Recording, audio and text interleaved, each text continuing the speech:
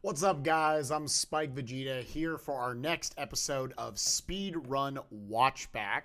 Finished up my series, kicking it off with Super Mario Odyssey Darker Side, and today we are delving into the first of a four-part series going into our next PB that we just achieved. You guys have probably seen it going up on the channel, Final Fantasy IX. This is the no major skips category for the HD release of the game on the PC. We'll get into it. Again, the main purpose of this series, watch back through the PB and try to just inform you all a little bit, give some commentary, give some context about what is going on in the speedrun, what we're trying to accomplish. Now, obviously, with Final Fantasy IX, this is a very long run. This is even done well. I mean, my PB is 7 hours, 37 minutes, and I believe 49 seconds. Yeah, I'm looking at the title right now, 7:37:49. So we're going to be breaking this up into 4 episodes. We'll be doing 1 per disc, as it was on the original PlayStation release. But we'll also be jumping through it. I'm still aiming to have each of these episodes come out about at an hour apiece. So we got, as you can see below me on the layout right here, we've got it breaking up into 10 main spots of the run that I will be evaluating. There are little things that happen inside and or rather outside of these 10 kind of headers that we're breaking it down to, starting off with the Magemasher all the way through Beatrix 1. And I'll kind of take those into account. But again, it'll be out of 5 each episode, getting a total score out of 50, whatever we think of this segment of the run. So with that being said, let's go ahead and jump in. 3, 2, 1, go. Start right here. Let me also get some music going on in the background. A little bit of FF9, little jazz mix. Yeah, I think that's at a good volume. But yeah, again, Final Fantasy IX, big, long game. One immediate benefit that you have of running on the HD version is just that you can skip FMVs. Overall, I believe the world record for the console version of Final Fantasy IX is going to run you, even if you're at a world record caliber, around the 8-hour, like, I want to say around 840. They've maybe gone slightly sub 840. I'm running on the HD version where my PB is over an hour faster than that, and the world record is an additional 9 minutes below that. It's 7 hours and 28 minutes by Pete Swanson. Was very happy to achieve this run after nearly 100 hours of runs. So it was nice to go ahead and get this one across the finish line. First thing you got to do here is you have to steal the Magemasher. So this is a weapon for Zidane that is basically going to double his attack power for this first half of effectively the episode today, the first hour of the run. So everybody, I'm having them go in for steal attempts. You're also seeing a piece of tech that I'll be using throughout the run, where every time I queue up an attack with them or an action for a character, I will have them queue it up and then immediately I will press L1 and R1, which will make them run away, which actually just sets the animation for them to attack themselves faster and faster. So, as you saw right there, I had to take a couple of stabs at the Magemasher. Ended up getting it, like, I think that was like 5th or 6th try right there, which isn't bad. I would give that, if I'm scoring it, which we are, I would give that a 4 out of 5. Obviously, if you're trying to like super grind down this game, you can sit there and go all the way until you get it like 1st or 2nd try. But it is only 1 in 16 odds that you get the Magemasher steal. So you know, I like to give myself a little bit of wiggle room to just get the run started, because obviously after this you're going to be going for close to 8 hours if you're good at the category. So, but with that was kind of the first thing we need to do. Again, we'll be giving that Magemasher to Zidane later, and it's basically going to double his damage output all the way up until we get to Lindblum later on in the game. So now with this section will be the first bit that we kind of skip over a little bit. Again, if you guys want to watch the run uninterrupted, unedited, or anything, feel free to check it out. This would have just been uploaded to the channel within the last week. I'm not exactly sure when this episode will go up. But yeah, you can see all 7 hours, 37 minutes of it. We take control of Vivi right here. We just kind of move through advancing the text. The only thing of note is here in a little bit, Vivi will be picking up, jumping forward to the screen after you've met up with Puck. Picking up a tent right here. Tents are only going to be useful to us for one fight that we'll actually be covering later on in today's episode. Other than that, tents are just good to sell. You can sell them back for, I think it's always 50% of what you would have bought them for, so you can get 400 gil for it. But other than that, yeah, tents a little bit slow to actually go in for the animations for them and everything. With that, Vivi follows Puck up to the rooftops, and we eventually get to the play being put on. Let's see right here. We got King Leo. And now we get into the next actual fight. This is the next real segment of the run right here. King Leo. Definitely the most notable thing still that we have to do here in the Alexandria segment of the run. Where you got both of his cronies right here. I forgot, like Bonero and Zanero or something. Bonero, is that right? I'm looking at Bonero and Zanero. Yeah, that's their names. Where we first want to knock them out, and then we need about 5 total attacks between Zidane, Marcus, and Blank to hit King Leo. Unfortunately, they can use these poly animations, these sound effect type. Or not sound effects, these SFX things that can just waste a lot of time. They're super long animations, so the less of that we get to see, the better. You're also seeing me do a piece of tech that will be throughout the run right here called Atb Waiting. And I'm actually going to pause right here just to note what that is. So Atb Waiting is probably the single biggest piece of tech that you can do in a Final Fantasy IX speedrun,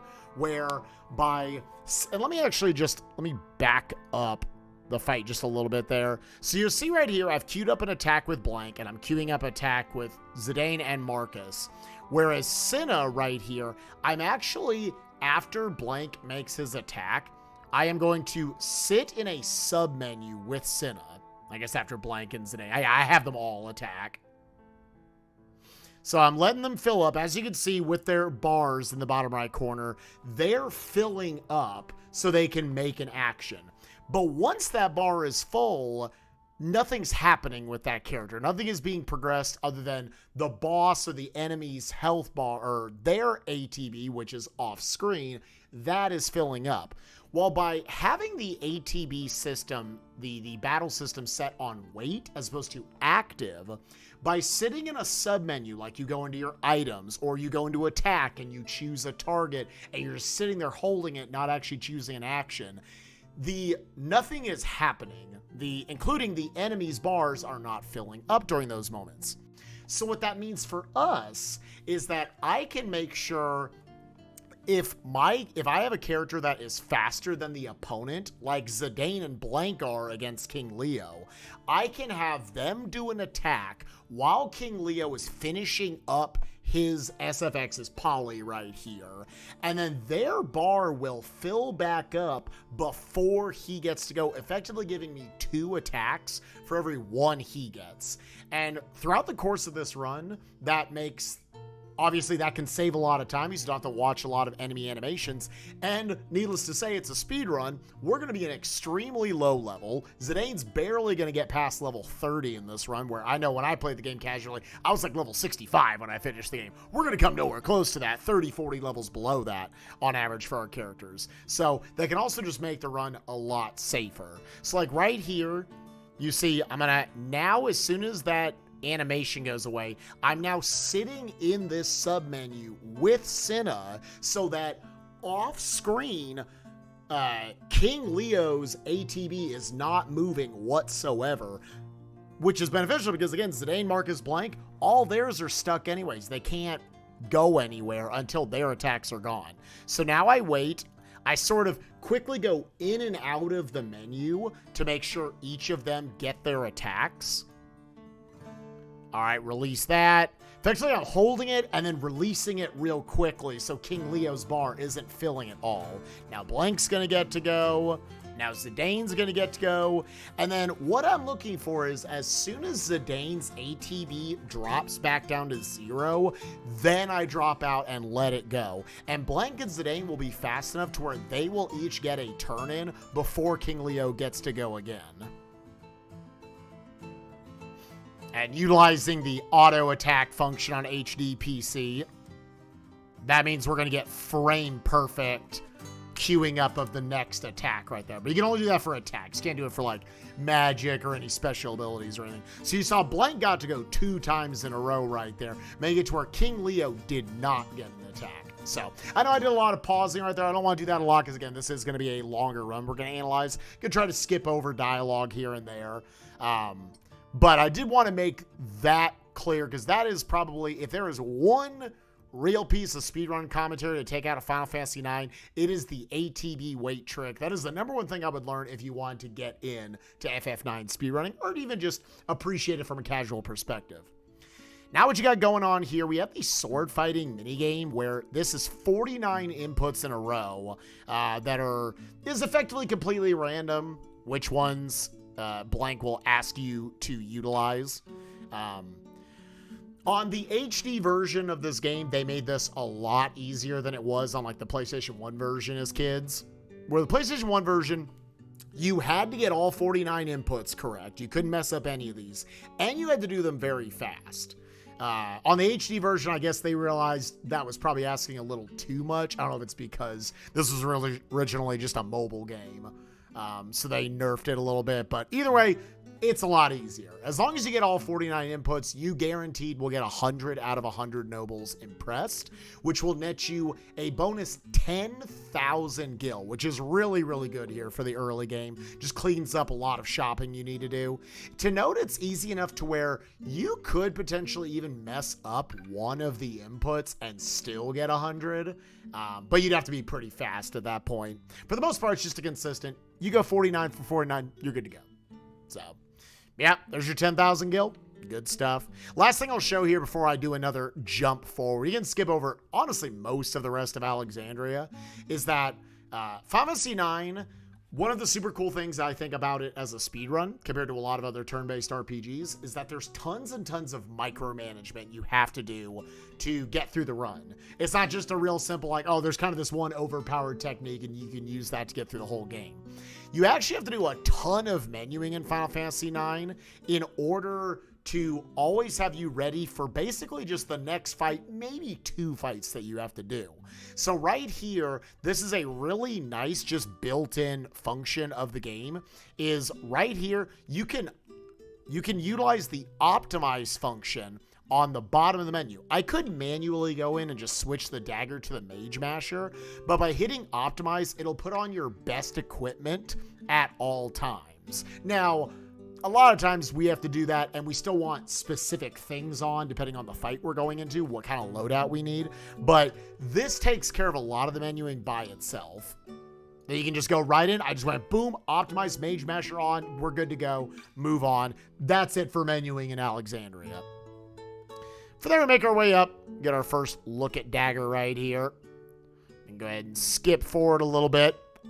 We get to meet up with Steiner, take control of Steiner for a little bit of time.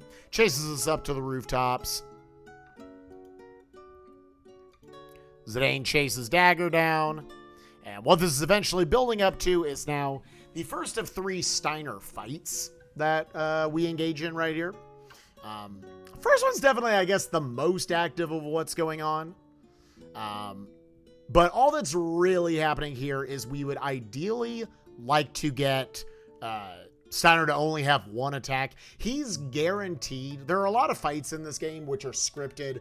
The opponent is just going to go first, and Steiner 1 is one of them, where he's always going to get the first action. But if your ATBs are okay to where you can either do an ATB wait on Zidane or Blank, once again giving them 2 attacks, then you can do it. Unfortunately, as you can see right here, Blank started off full, but you need 2 characters to be full in order to do this, or close to full, because I have no sub-menu to sit in order to let their bar fill back up.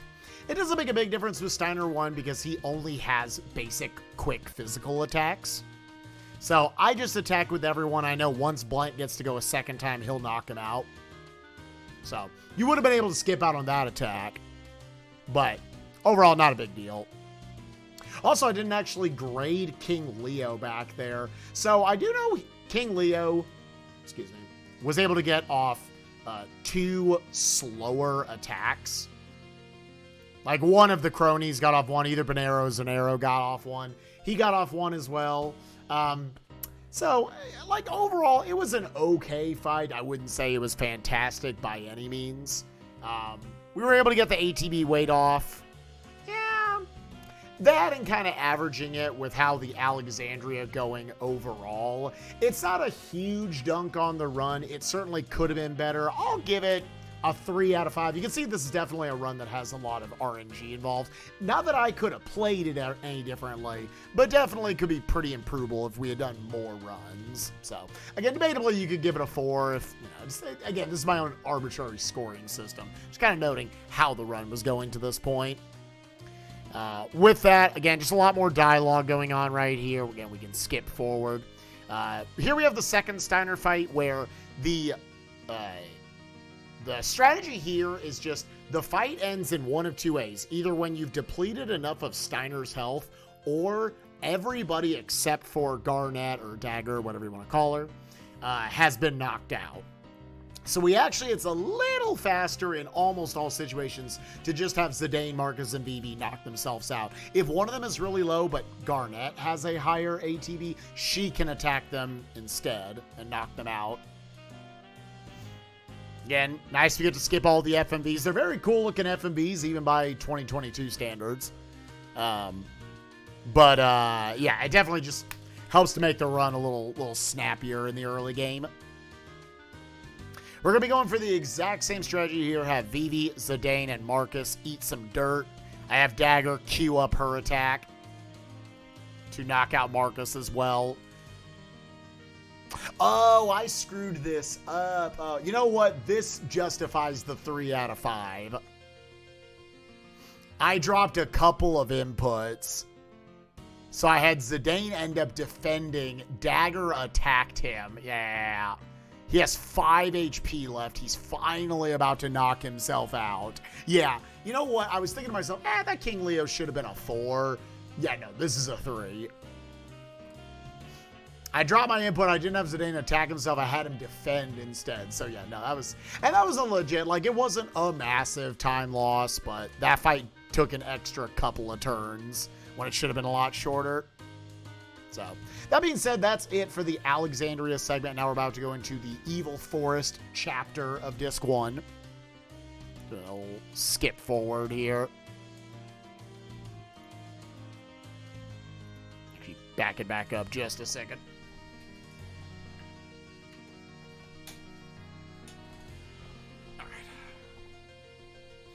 Want to turn on the fan. I was like, oh, it's hot in here.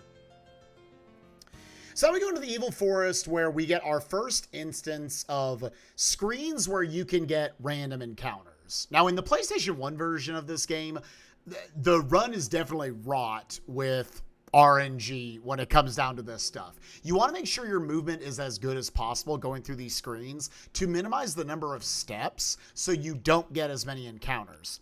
The nice thing about running the HD version is they actually lowered the encounter rate by a ton. I think technically what they did was it's a longer buffer window you have to walk into the screen before you can start getting random encounters. Now, that being said, here the first screen of the Evil Forest is one of only 2 spots in the entire run where I'm actually going to force an encounter.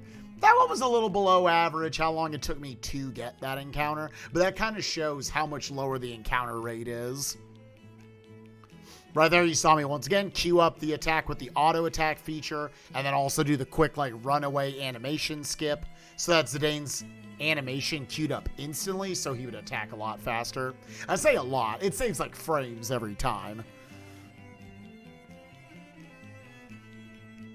But at the very least with the Fang, he didn't attack back. I was able to get the attack first, even if it took a little while to get the fight.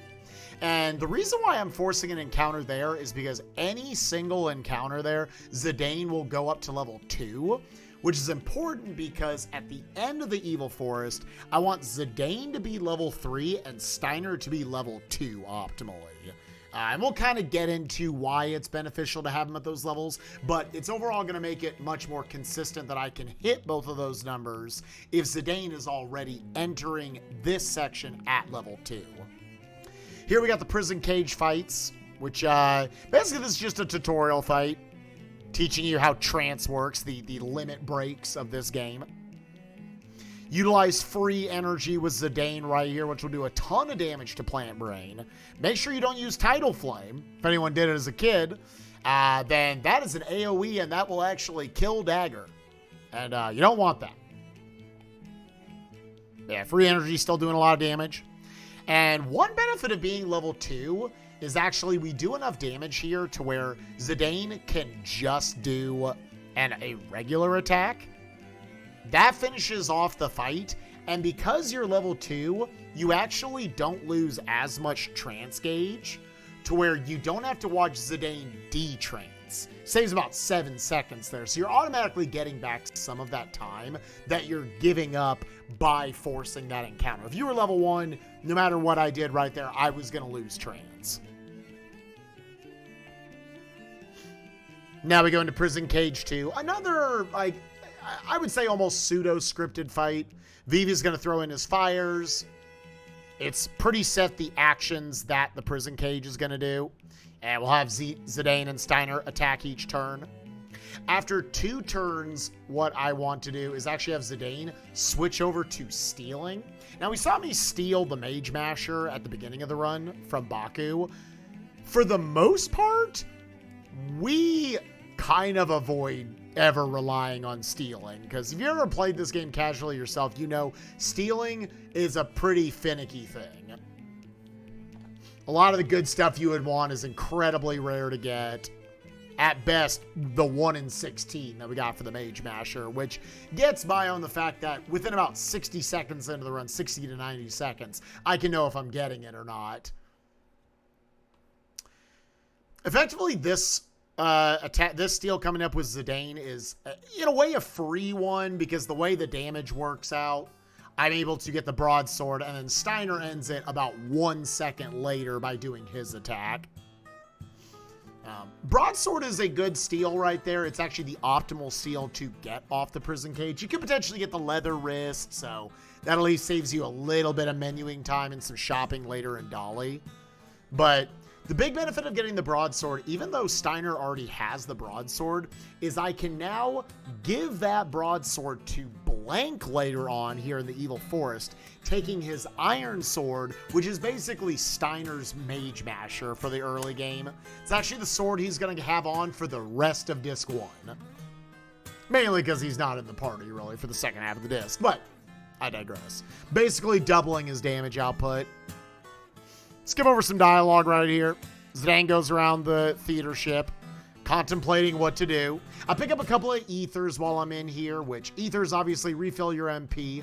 Their main function here in the early game is because I can sell them back for 1,000 gil, which is really nice for early game gil problems. Combine that with the 10,000 gil we got from the sword fighting minigame, all of a sudden we can kind of buy whatever we need to really get through the early game. We do have the Baku fight right here. There's not a ton to the Baku fight. Gotta attack him 3 times in order to end the fight. I have seen runs end here, not for myself, but for others, because Zidane could miss, and Baku can actually crit on you. So you would think this is a fight you couldn't die on. You can lose your run. A lot of times, unlike those 2 prison cage fights we saw earlier, it is not scripted where your ATB is going to be throughout the run. It's going to be a completely random roll every time you enter most every fight in the game. And as you saw right here with Baku, my bar started at like 10% full. So he's getting to attack every time. So I lose time here on the Baku fight. But again, a lot of times you're going to hear me say it like, it's kind of how I feel about RP, like speedruns with a lot of randomness in them. That you want to just feel like with your PB, you do everything pretty much right, correctly, perfect, whatever you want to say. And the game, from a randomness standpoint, it's just fine. So, like, could I do more runs of Final Fantasy IX and I get luckier? Sure. But I think overall the randomness of this run, I had fine luck. Little things like that, I try not to sweat too much about it. Zidane goes around and recruits Steiner, recruits Vivi. They start making their way through the theater ship. We're about to go out into the evil forest to go try and save Garnet. And here's a set of 5 screens right here where we could get random encounters. Again, ideally throughout the course of the run, I get 2 encounters. The one I forced on that screen and another one not until disc 3 that I'm going to potentially force. Yeah, every time you enter a screen, there are a lot of other Final Fantasy games, I'm sure just like turn-based RPGs, with random overworld encounters where, you know, it's just after you move X amount of steps, you get an encounter. Here's the thing about Final Fantasy IX. That's not consistent at all because every time you enter a new screen, it actually resets the encounter rate or the danger rate or whatever you want to call it. So that makes it to where you potentially could go the entire game and never get an encounter because every time you're just trying to roll a 0 on each room. But it also means I could get an encounter literally every single screen. So that's what kind of ups the, I guess, random encounter variance on how much time you lose throughout the run. I believe a completely average run would have about 12 encounters in it. I'll go ahead and give this away about this PB. I think I get like 11 encounters. So I get dead on average there throughout the run. We'll kind of analyze as they go through. And not every encounter is created equal. Some you'll get to run away from instantly. Others you're stuck in for a while. It's killing characters, yada yada. But no encounters there in the Evil Forest. Now we get up to Plant Brain. First kind of, I guess, noteworthy boss of this game. And the first thing we want to do is Zidane needs to knock himself out. If I tried to do any damage to Plant Brain during this segment, none of it would count. The fight starts when Blank shows up, which either happens after X amount of time has passed, maybe you've dealt a certain amount of damage to the Plant Brain, or if Zidane is dead, if Zidane is knocked out. Unfortunately, Zidane started at low ATB, and we got pollened, which is almost always the first attack that Plant Brain will do. So I see real quick, is Zidane able to knock himself out? He's not able to. So as a backup, I have Vivi fire him. Knocking Zidane out, as you can see that it is instantly transitioning to the fight to when Blank shows up. Blank comes in at full ATB, where now I can immediately queue up a Steiner Fire Sword and a Blank attack. Thankfully, Blank isn't hit by the pollen, so he's gonna hit the attack. He actually can still miss, but thankfully he doesn't. All I need is one bit of VV fire damage, and we're good to go. Little scary because Plant Brain is using Thunder, but thankfully it's a solo hit on Steiner. If Plant Brain decides to use Thunder All, the AoE version of it, that will kill a level 1 VV. And all of a sudden, you can't use Fire Sword. Vivi obviously can't use fire because he's dead. So on and so forth. So some slower stuff going down. Obviously, the Balkan fight was a little slower. The biggest problem with that fight, I would say, is that Zidane wasn't able to hit himself, so we had to go for an extra turn. I think because we didn't get any random encounters, overall, I will say that averages out as a 4 out of 5. In the prison cage, or the Plant Brain segment of the scoring today. Yeah, not too bad. Right here you're seeing we're giving Blank the broadsword, we're taking his other equipment, giving that silk shirt to Zidane, and giving the iron sword to Steiner, while also equipping his abilities. Now you'll notice that's kind of a theme of this run, where we're going to be going through the menus pretty quick. There's a lot of stuff you got to do. It's very fun to memorize and do the menus quickly. And I'll try to give a breakdown as we go through the run out of, for the most part, what we're doing. What are we setting up? So right there again, the silk shirt I put on Zidane, that's just going to give him a higher defensive stat for the Sea Lion boss fight coming up. And we gave Steiner the iron sword, which about doubles his damage output. Now, unfortunately, we got unlucky here. The plant spiders, you can either get 2, 3, or 4 plant spiders each time. If I only get 2, then Zidane has to solo them. This means I can't get Steiner up to level 2, but I can get Zidane to level 3. If I had Steiner and Zidane split this EXP, Steiner would have got to level 2, but Zidane does not get to level 3. And you realistically can't fight the Sea Lion boss fight coming up with Zidane at level 2. He just doesn't have enough health in order to survive all of his attacks. You could just potentially get unlucky and he can effectively one round kill you. So, that is going to suck for later on, particularly at the beginning of Disc 2, where Steiner's just going to be on level 1 for a long time. So, the plant spiders, in terms of, like, how slow or fast the fight was, there were 2 of them. I think you kind of instantly have to give it only a 3 out of 5, because that is going to weaken the Steiner fights later on. It wasn't slow otherwise. Kind of optimally, what I like to see there is 4 plant spiders. You can have Blank knock himself out and just have Vivi fire all of them. And that will get Zidane to level 3 and Steiner to level 2. But, yeah. Other than that, moving on. Again, we got some more story segments here. We're about to hit the overworld map, where this is going to be the first time we're going to be on the overworld. And you're going to be seeing in a little bit another pretty cool piece of speedrun tech called Stutter Stepping, where we're going to like move in little half-step increments across the overall map. But here, I can actually just run for it because there is a title card on the screen, the Mist Continent right there. While that is up, you cannot get random encounters on the overworld map. So, utilizing that a couple of times throughout the run, but you don't get a lot of title cards to work with. Now we move into the Ice Cavern, where we're going to get another 5 screens or so before we take on the Sea Lion boss fight. Definitely one of the biggest boss fights of Disc 1. One where I've certainly lost a lot of runs. This run PB'd, so spoilers, this one gets through.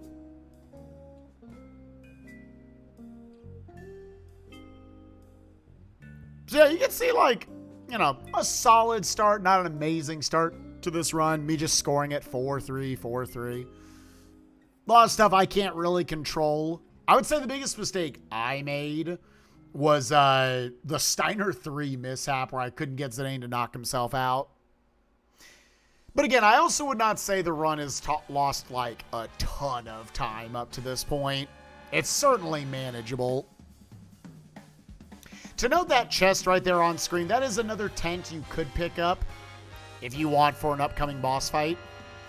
The mist in the Ice Cavern, if you run into the mist, that is a guaranteed encounter. So that's why I had to wait right there. That's a rare time I will go around the left side. It opened up its path and the right side really never went down. Which again, obviously you want to move through the rooms quickly, but you also want to keep your step count low. I actually got to make up for it a little bit right there that I noticed the mist wasn't up on that one path, so I was able to dash through there before it spawned in. With that, we got another little cutscene here where everybody's getting real cold. And we can jump into the Sea Lion, the Black Waltz #1 and Sea Lion boss fight, which is a solo fight, or really a 1v2 of just Zidane. These fights are always a little scary in the run because obviously when you're playing the game casually, your Zidane right now is probably level 5, level 6 or something. You got plenty of health. It's not too worrisome. Because we're only level 3, we can die pretty quickly in this fight. So, first thing you gotta do is take out Black Waltz #1. You might wonder, like, oh, could you just attack Sea Lion? Would that, yeah. First of all, obviously, you're getting double teamed right now, so knocking out one of them is good. If you did attack the Sea Lion, Black Waltz would just heal him. So, it's going to take us 3 attacks to knock out Black Waltz #1. And what I'm paying attention to here for my health is I want to make sure I'm staying above, like, 36 HP. Unfortunately, I got a little unlucky with Black Waltz getting to attack before I got to attack. It's another scripted sequence where the Sea Lion is always going to get to go first. You can't control that, but it's random whether you get to go before Black Waltz 1 or not. Now that he's thankfully cleared, I'm going to be able to just get to solo the Sea Lion fight, throw up a potion. And I say above 36 HP because that's like if you get max damage rolled, as you can see right there. It's pretty much 50-50 if he will do either a blizzard or a wing. And if he blizzards you, that can be up to 36 damage. So if I let myself get down that low, then I'm taking a random crack at he could kill me. There's also random stuff like he could crit me and whatnot. But the other thing I have to pay attention to here is, as you can see, he hit me with the Blizzara right there. Every time you get him past certain health thresholds, he will counter you with a bigger attack that actually is its own attack. It's generally how bosses will work in this game that have counterattacks. Those don't take up their turns. They just get 2 back-to-back attacks on you. So that can be very, very mean, especially for the fact that we are solo in this fight right now. So I've done a series of attacks on him. I have to heal myself. I have to keep myself off of low HP because Blizzara, that's going to hit every time. He's got Tsunami coming up after my next attack.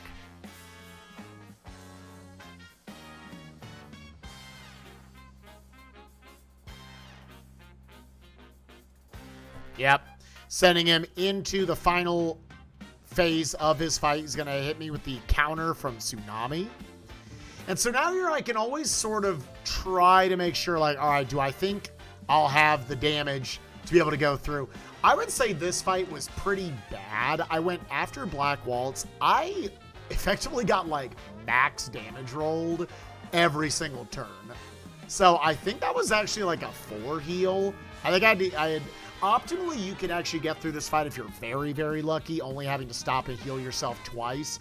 Pretty sure I had to heal myself 4 full times there. I'm also keeping track of that trance gauge in the bottom right corner.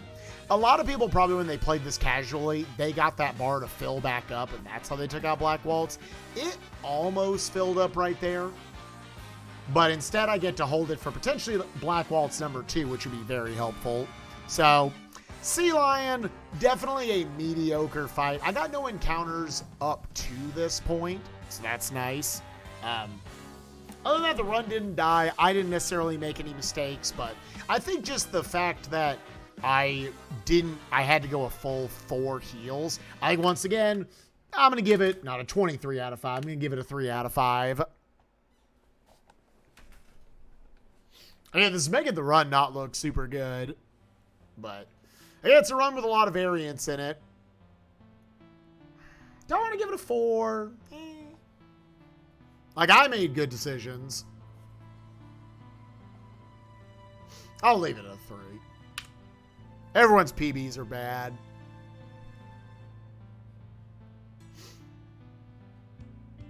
From there, a little bit more dialogue with the characters. We'll go ahead and skip forward. I know we get through the rest of the Ice Cavern, no encounters, so that's good.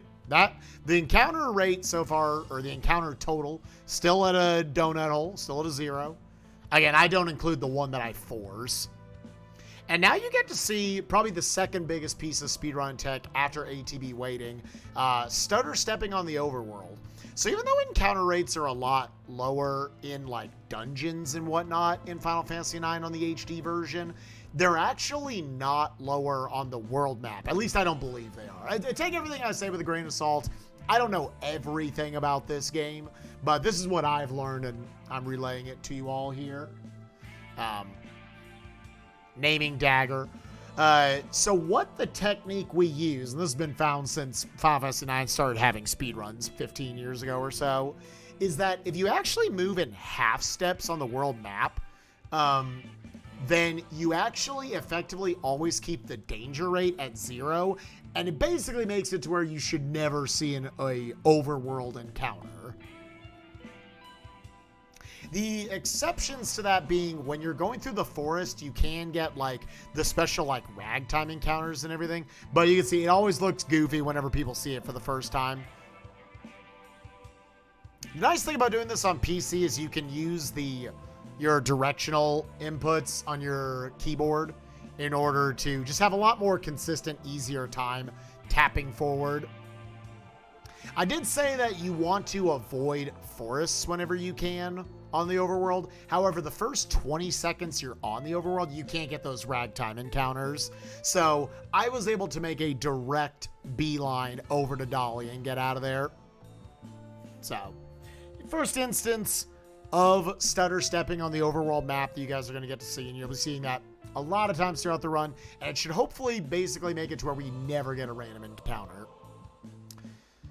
A little more plot here in Dolly, kind of the first, like, more chill point of the run. Running around here, this stuff always looks kind of random after Zidane gets up in the inn. I go into the pumpkin patch, I walk out, I go into the bar twice, I walk out, I go talk to Vivi. This is all to basically set a bunch of story triggers around town to eventually make it to the point where Dagger is going to be down in the weapon and armor shop. So then I can go talk to her down there. So that always looks a little random. That's why speedrunners do it.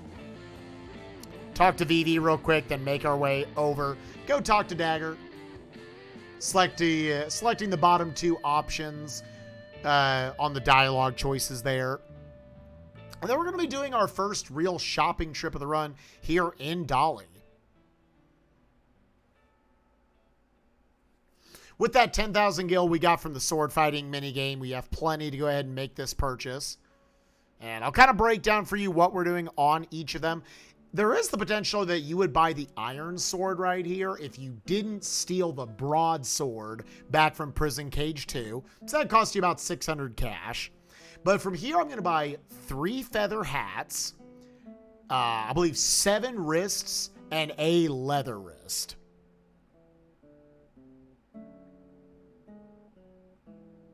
We do that by, for wrists, go up to 11 since you can go up in increments of 10, and then tapping back to 7. Overall, a few inputs faster than going manually up to 7.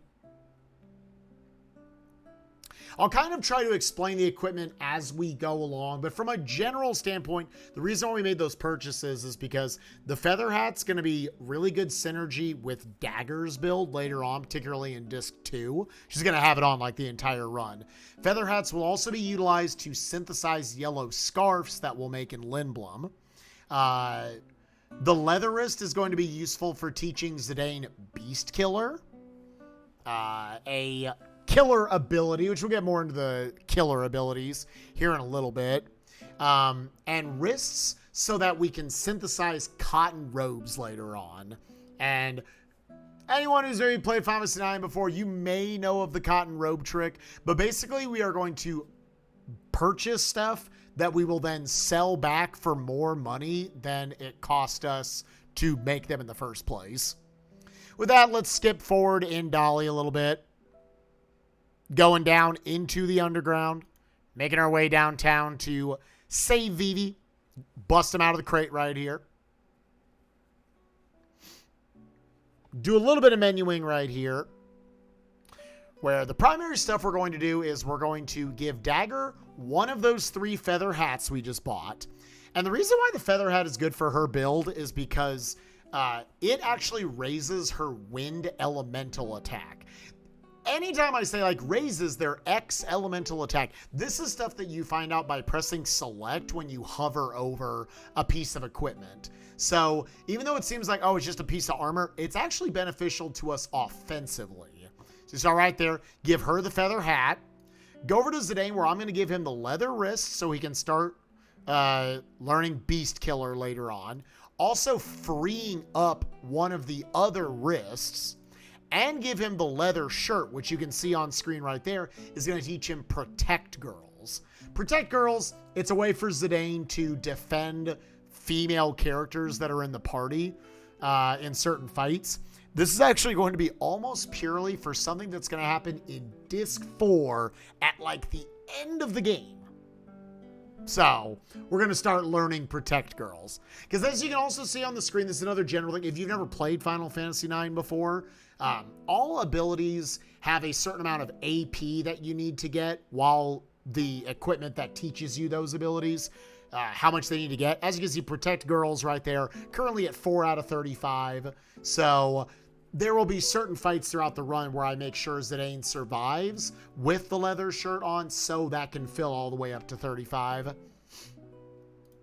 And finally, Vivi will be getting the silk shirt that Zidane just had on for the Sea Lion fight. Silk shirt is going to make it to where Vivi will not get one shot by Black Waltz number 3 coming up, because silk shirt actually will reduce thunder damage by 50%. And it's scripted he will always use Thundara.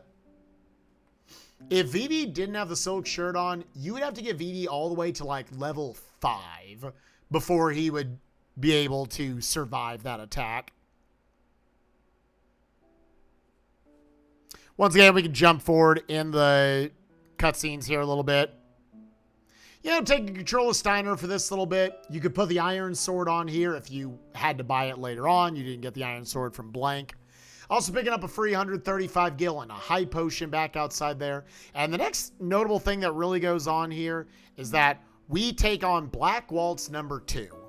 Another pretty noteworthy boss fight right here, where what I'm going to try to do is skip its Fyra counterattack.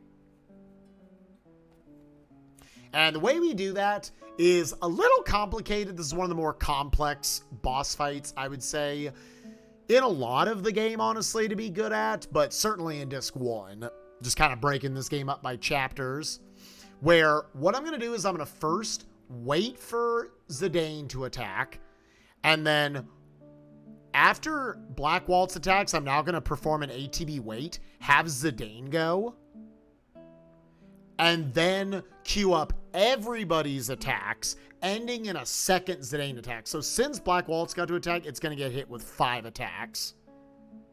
Ooh, I actually screwed it up right there. My attack there was a little slow. So now I have to see what the counter is going to be. So yeah, I had Vivi for safety fill up Zidane's health. And now I'm also queuing up a cure with Dagger. So that was unfortunately my fault. So because I screwed up, honestly, it made it to where Black Waltz 2 got to use the fire skip. The nice thing is luckily Zidane's trance was almost full. So this actually forced Zidane to get tranced. And it's actually optimal that Steiner gets knocked out there instead.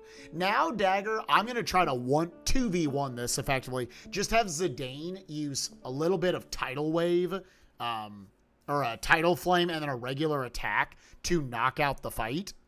And have Dagger just cure him after each round. I probably did not have to heal him here. Yeah, well, I actually didn't heal him. Okay, good. I at least made a good call there. So, overall, that was something where I screwed up. You could have made the argument to where baiting out that Fyra counterattack was good because it got Zidane tranced, but there's just as good a chance she could, or Black Waltz 2 could have knocked out Zidane instead of Steiner, and then I'm not really getting any benefit from the trance. So, effectively what you're trying to do there is do a certain amount of damage, and then whatever character Black Waltz 2 tries to attack, you then knock them out manually, which actually breaks the Fyra counter trigger, and then you're able to go through the rest of the fight without getting that big AoE Fyra damage. So, in reality, from a time loss or gain standpoint, I would say that plus whatever happens here in Black Waltz number 3, that's really the meat of this split. I would say it's a 4 out of 5. Very easily could have been like a 2 if I do that and it knocks out Zidane instead. And then you have Steiner try to do all the damage. So,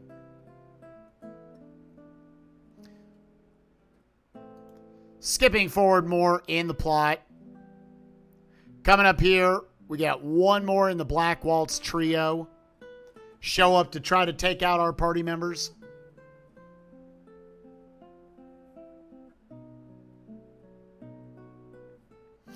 Where for this fight is almost completely scripted how it's going to go, but it's also a fight where even though it's so scripted, there is like a 15 to 20 second time save you could get lucky to get. I don't believe we get it here, but it's one of those where I view it as a complete bonus because it's all about damage rolls. So what you do is the strategy is, since Vivi got a trance, a scripted trance here because he's all pissed off, Zidane, everybody's ATB start at 0, including Black Waltz 3. Zidane is fast enough to where he can attack Black Waltz, sending him to the sky, which actually takes a turn away from Black Waltz. And now that he's up in the air, Steiner will fire sword and Vivi will double fire because that's what his trance gets to do. Ideally, throughout the run, this is the only time Vivi's ever going to trance. He's not in the party enough to get tranced otherwise. After this, Black Waltz will always come back with a Thundara, which you'll see Vivi and I'm sure Steiner as well at level 1. They're both going to be in crit health. Keep in mind, I put the silk shirt on Vivi back in Underground Dolly. If Vivi does not have the silk shirt on, he takes double damage to this Thundara. He 100% would die. Yeah, you can see, did 50 out of 60 HP to him. Now after that, we queue up another Steiner Fire Sword, 2 more Vivi Fires. So where I say there's like a 15 to 20 second potential time save, if you have all high rolls on your damage, Black Waltz 3 could die right there. Unfortunately, I got average to lower rolls, so I have to do the extra Vivi Fire animation, and we watch Vivi de-trance right here, because that uses up all of his trance gauge. If you were wondering, oh, could Zidane have done an attack or something? Zidane can't reach him. Physical attacks would miss. I could have stolen from him, but it's not really worth the time. So, yeah. So once again, like, you can make the case, oh, I didn't get lucky in that fight. I think a 4 out of 5 from a time loss standpoint is actually pretty fair for that kind of section of the run. It's pretty much down to Black Waltz 2. Black Waltz 3 is like, you might get some bonus time if you have good damage rolls, but that is, for all intents and purposes, basically a scripted fight. So now we hit the section of Disc 1 where I'm going to get to, like, skip forward quite a bit. We go into Lindblom, which all speedrunners call this, it's Plot City, and we come here 4 times. So this is a little bit slower. Not a ton going on when we come to Plot City. It's Plot City, big plot dump. So I'm going to actually skip forward all the way to when Zidane wakes up in the shop, or wakes up in the inn in the morning. Yep, skip forward, skip forward, skip forward. Oh, go back a little bit. Got the tutorials here with Mogster. Where you see, I'm not even really going to be grading how the rest of Plot City goes. The only thing really of note is we do have our second shopping trip of the run coming up, where we're also going to be doing our first bit of synthesis menuing. So there'll be a lot of times throughout the run where we're buying stuff just so we can synthesize it. So breakdown of each of the things we're getting right here. We're going to be buying, first of all, 2 Magemashers. Now, we already have one. These 2 Magemashers we're buying is so we can actually synthesize them later. Also, we're selling all of the ethers we got and the Phoenix Pinion that we have, because each of those are worth 1,000 gil. So with that, as you can see, I have almost 17,000 gil. Buy 2 more Magemashers, a glass armlet, a leather plate, an iron helm, a headgear, and 11 steepled hats.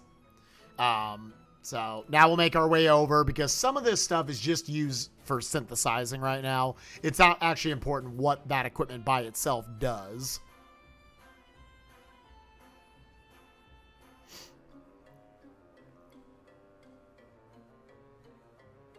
First of all, we're going to be utilizing both of those Magemashers to synthesize the Ogre, which will be Zidane's weapon for the next couple of hours of the run. The next like 2 hours of the run we'll be done with it.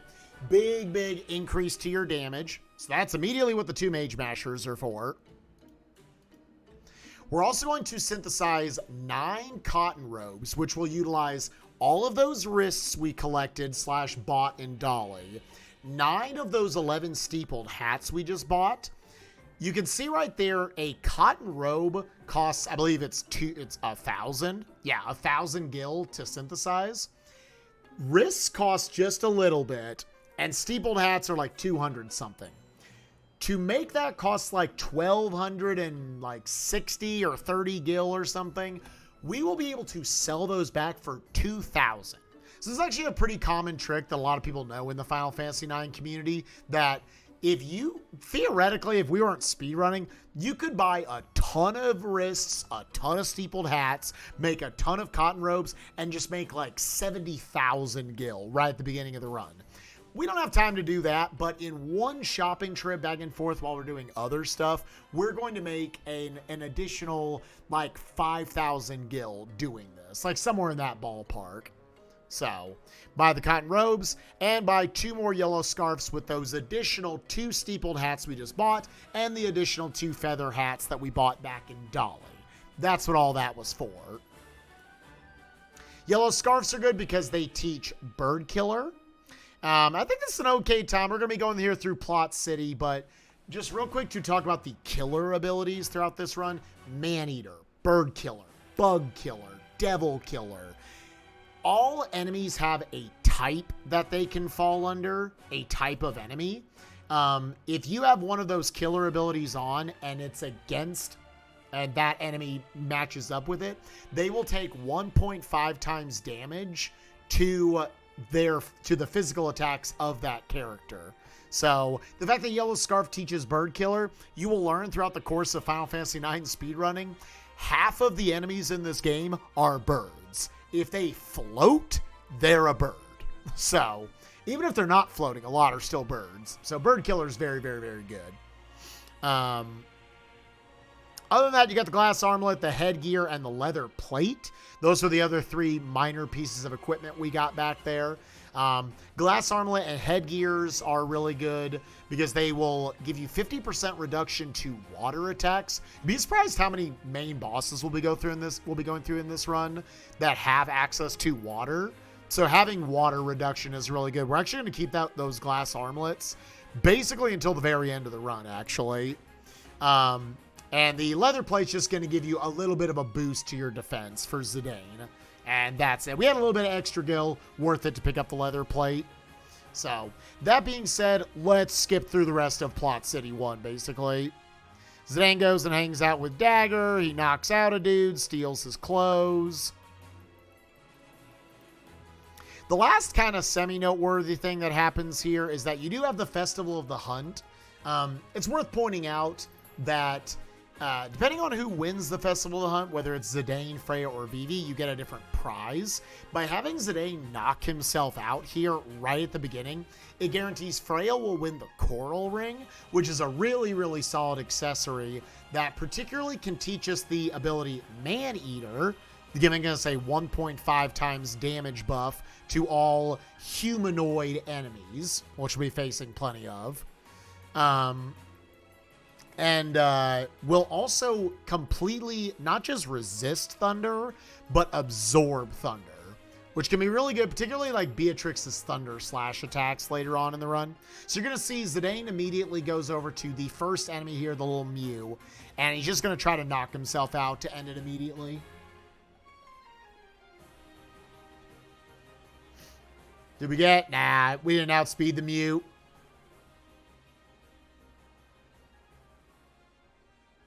And boom, fight over. Skipping ahead, Dagger and Marcus run off together to try to get back to Alexandria. See if they can convince Queen Braun to not be an idiot. Not be an idiot. We all know how that goes. She an idiot. She real dumb. But here's where now those cotton robes that I bought, as you can see, gonna sell all of them immediately for 18,000 gil. Again, like you had to invest a certain amount to make all of these. I believe it's like a 5,000 or 6,000 gil benefit from being able to sell the 9 of these. Maybe a little more actually now that I think about it. Cause yeah, it's 9. It's over 6,000. Cause I think it's about 700 a piece net gain you have. With that, we're just going to be buying some potions and some Phoenix Downs to just get through the next like big chunk of the run, the next couple of hours. Phoenix Downs obviously useful for reviving a knocked out party member, and potions for just healing up your HP. Finally, I pick up one more tent here because we're coming up on that boss fight the tents are going to be really good for. And now we get, I think, is the biggest stutter step of the entire run. I think it's a little longer than one that we do all the way in Disc 3. But yeah, we make our way all the way over to the Chocobo Forest so we can gain access to being able to utilize Chocobos, since you can run across the world map while on them and you get no encounters. It's always a tough stutter step to do because I feel like I'm never like fully warmed up because it's like the first big one of the run. And it's like the longest and you have to go really far with it. Again, doing this by moving in little half steps, you don't get overworld encounters. And you might think, man, you're going really far. Is this worth it? As opposed to just running the whole way and maybe getting like an encounter or two. Anyone who's played Final Fantasy IX knows random encounters in this game are very slow. So the amount of time it takes for me to stutter step across this, if I got like one, certainly 2 random encounters, you would lose all that time you would get getting to run little stretches. It's not worth it. So commonly, every run I had done in the past for Final Fantasy IX actually comes back into the Chocobo Forest. He'll give you a free Gyashi Green right here, which you utilize at Chocobo tracks to call the Chocobo. We're actually just going to pick 2 more Gyashi Greens up later on in Disc 2 to get through the rest of the run. Do a little arranging of our items to make sure that's in the right spot when I want to do some selling later on. And now we can run with the Chocobo.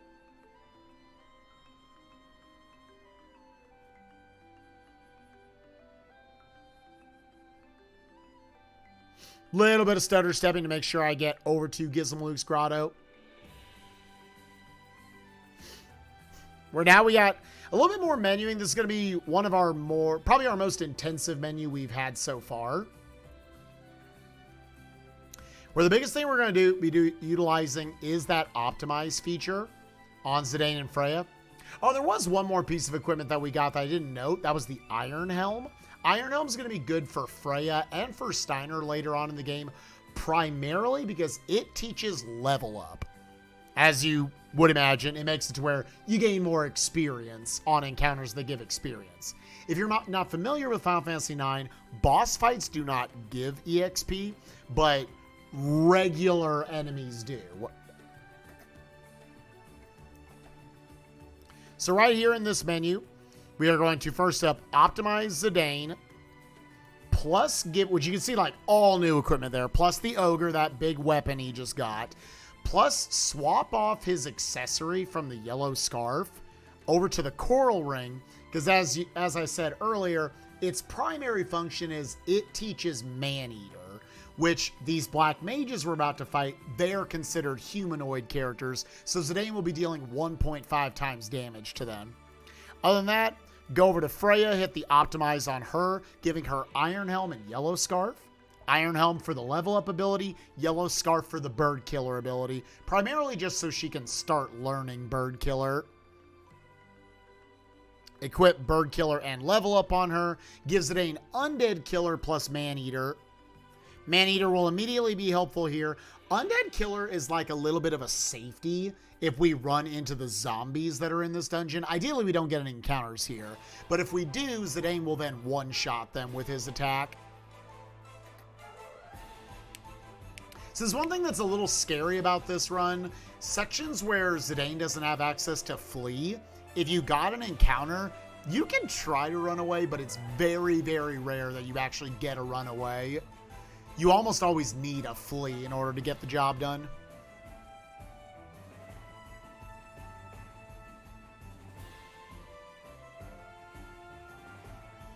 So we got our Black Mage fight right here, the first of the 2. Zidane unfortunately had a really bad ATB. So I'm right now doing an ATB hold because Zidane is actually faster than the Black Mages. Unfortunately, because they killed Vivi, it might make it to where... Yeah, I think that was smart that I Phoenix downed Vivi. Because if he attacks Freya, Freya's going to die. And I need Zidane Freya to survive this fight, to get the EXP and the AP from it. Yeah, I made it to where Zidane didn't actually outspeed it. So what I do here for safety, because now all three of them are lower on HP, I'm going to fill up the health on everybody with some potions. Yeah, there's one quick potion apiece. And you can see, because we engage in so few encounters that give EXP in this game, every time we do get EXP from a fight, we usually are gaining a number of levels that the game trying to like catch us up effectively. Once again, not a great Zidane ATB. Swapping over to him, seeing if I can go faster than the left one was. Unfortunately did not. Vivi with the 1 HP in a dream. What a legend. Doing an ATB wait with Freya and Vivi right there to make sure that the Black Mage was not filling up its ATB while Zidane was doing his attack. And so he got to go 2 times in a row right there, knocking out each of the Black Mages. Now right here, if I wanted to, I could either do the menu now or just wait till I'm about to go into the Gizmo Luke fight. The nice thing about not doing the next menu until that room is that, again, if I get a random encounter and it's just the like zombie type enemies, Zidane with Undead Killer and the Ogre will knock them out. Because what I actually want to do now is, again, Final Fantasy IX is a speedrun all about micromanagement. I actually want to switch around Zidane's build to give him the yellow scarf, giving him Bird Killer, so that Gizmo Luke, this next boss fight, will take 1.5 times damage to Bird Killer. Because again, he floats. Is he a bird? I don't know. But the game calls him a bird. We're also in this menu going to be giving Vivi the glass armlet, which will give him 50% water reduction damage. Because Gizmo Luke has 2 attacks, a physical attack called Crash and Water. So doing the menu right here, again, optimize plus the leather wrist on Zidane. Give Vivi the glass armlet. Give Zidane Bird Killer, switch Freya to the front row so she does more damage. Because I actually want Freya to help out in the damage department right here a little bit. She only does about 60% the damage, about 300 to Zidane's 500.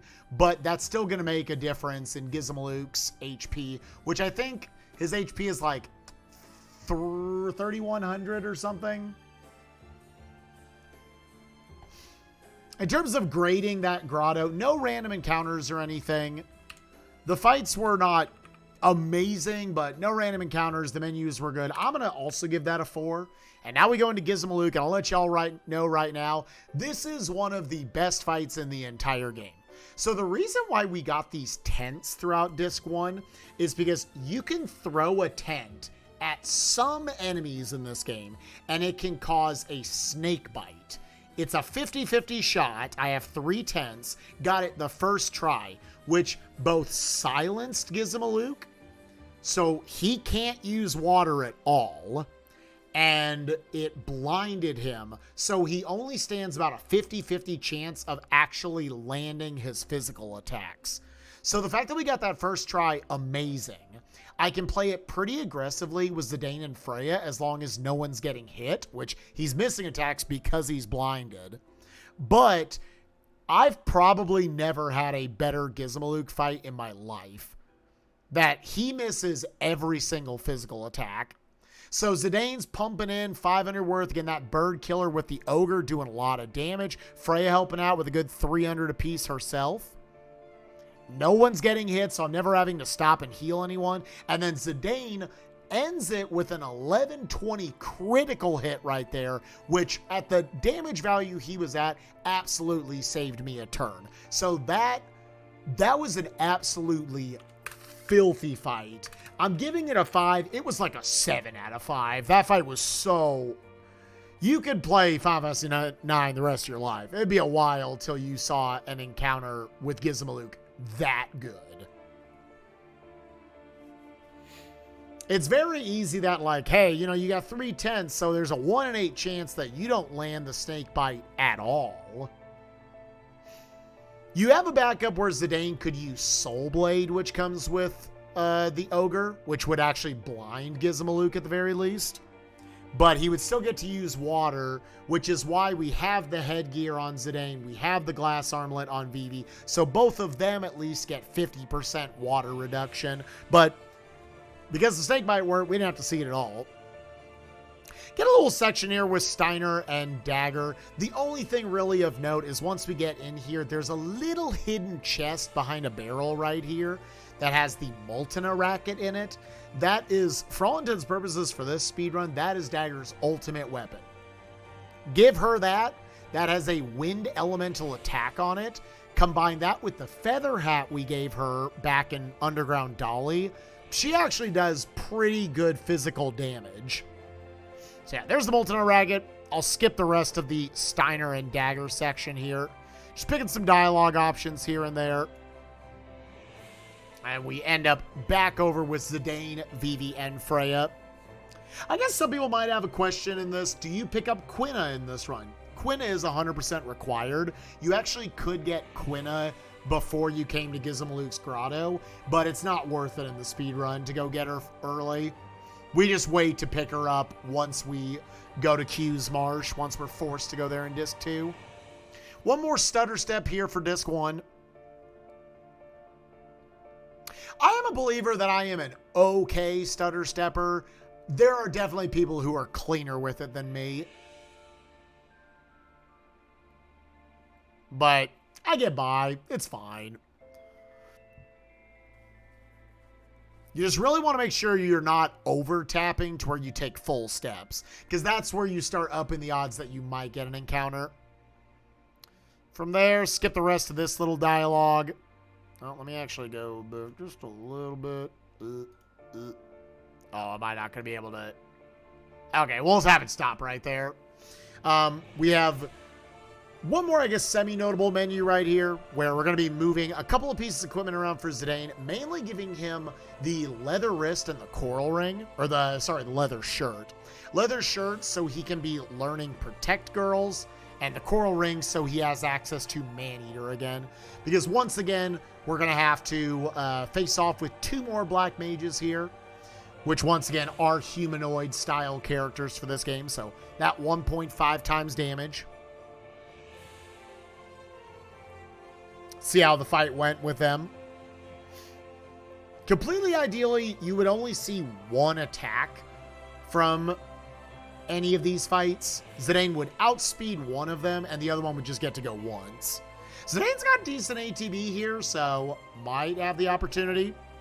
Yeah, it looks like Zidane straight up got to go first. And now we're just going to drop out. I'm not going to bother ATB waiting here because I know that Black Mage already had some health filled up.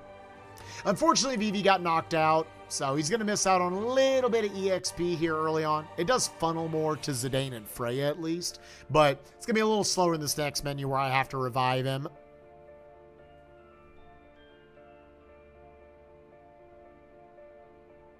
So this is the last dungeon of Disc 1. We're just about done. Last menu of the run where I'm first up reviving Vivi with a Phoenix down, filling them up with potions.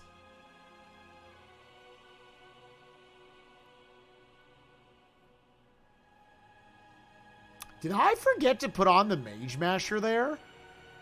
You're supposed to put the Mage... I might have forgot to put the Magemasher on. To note for the Germanus Boots chest that I just picked up right there. So it's a scripted sequence that you need to come over here and knock down this bridge so you can progress. But if you run on that little bridge, it knocks it down early. So by walking across it, it won't knock that down. Otherwise, you permanently will lose access to those Germanus Boots. Germanus Boots are good because they give you an alternate way to utilize Flee. And also teach you Alert, which makes it to where you can't get back attacked. Man, I'm wondering if I actually forgot to equip the Magemasher. I didn't see myself put it on right there. Either way, let's skip forward. I don't believe we got any random encounters in Burmecia.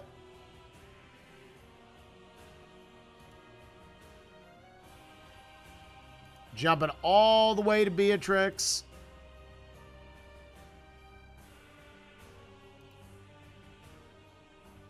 Yeah, the final fight of Disc 1 right here.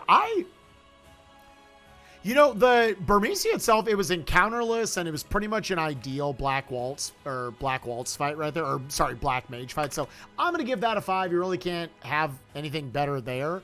Last thing we got to do is Beatrix. I'm just wondering, is the Ogre on Zidane right here? It is. I got so lucky. I was supposed to equip the Magemasher. I completely forgot. Because the Magemasher would give me access to flee. So I'm very lucky I never got an encounter. Whoa, dude, I didn't catch that. I got bailed out. So for the final fight here in Disc 1, we got Beatrix. You can end this fight in one of two ways. You can either deplete her health to 0. She has some amount, I think like 3,600 health, somewhere in that ballpark. I'm making that number up. I don't know. Or you have her go 10 attacks. That was already her 3rd attack. So we just elect to revive characters and sit back and let her have 10 turns. There are some instances, like if Zidane happened to trance right here, maybe you could deplete her health fast enough, but this is actually our fastest way of dealing with this fight. Unfortunately, I got a little unlucky that she kept knocking party members out. It's nice when there's a turn or two where you can just chill and you don't have to waste any time reviving. There's a certain amount of time you have to wait for her to fill back up. Man, I forgot this was the run where she kept killing Vivi. She wouldn't stop attacking Vivi. And I'm also trying to go for what is called the jump skip right here.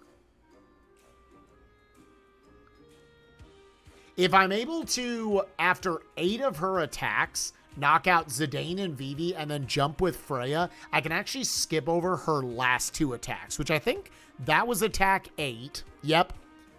So now I have Zidane knock himself out and then have Freya jump. This is a really cool piece of tech where, because Beatrix wants to do her attacks, but there are no targets on the field, it actually just skips ahead 2 turns in the fight. This is one of 2 times you will see me utilize that technique in this run. Once here and once on the final boss of the game. It'll be fun to talk about that when we get there. But yeah, utilizing that technique, we are able to completely skip over her last 2 attacks. Save a cool like 15 seconds in the fight.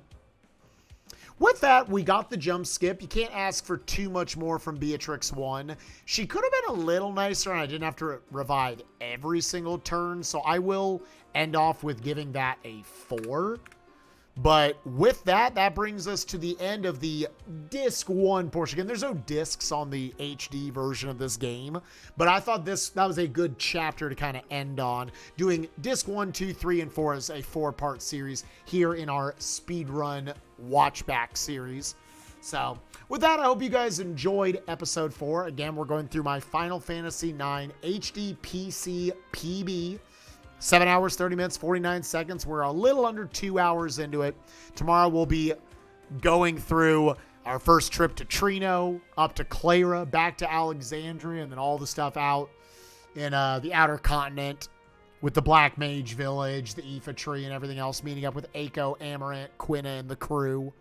But I look forward to continuing to break this down. So as a final score, I guess, here for Disc 1, we missed out on 1, 2, 3, 4, 5, 6, 7, 8, 9, 10, 11. So overall, 39 out of 50. Again, I don't expect myself to score myself super highly on a lot of this. It's a game with a lot of RNG, so it's hard to ever feel like, you know, any of these splits wouldn't be improvable. But I will say 39 out of 50, but with the asterisk that Gizmo Luke fight was filthy. That was an absolute highlight of this disc. If y'all want to watch the run in full, check it out. Would have just been uploaded a few days ago on the channel. And we'll be talking to y'all next time for episode 5 of the Speedrun Watchback, overall episode 2 of the Final Fantasy IX series. Have a good day, everyone. Hope y'all have a good night. See you later. Bye-bye.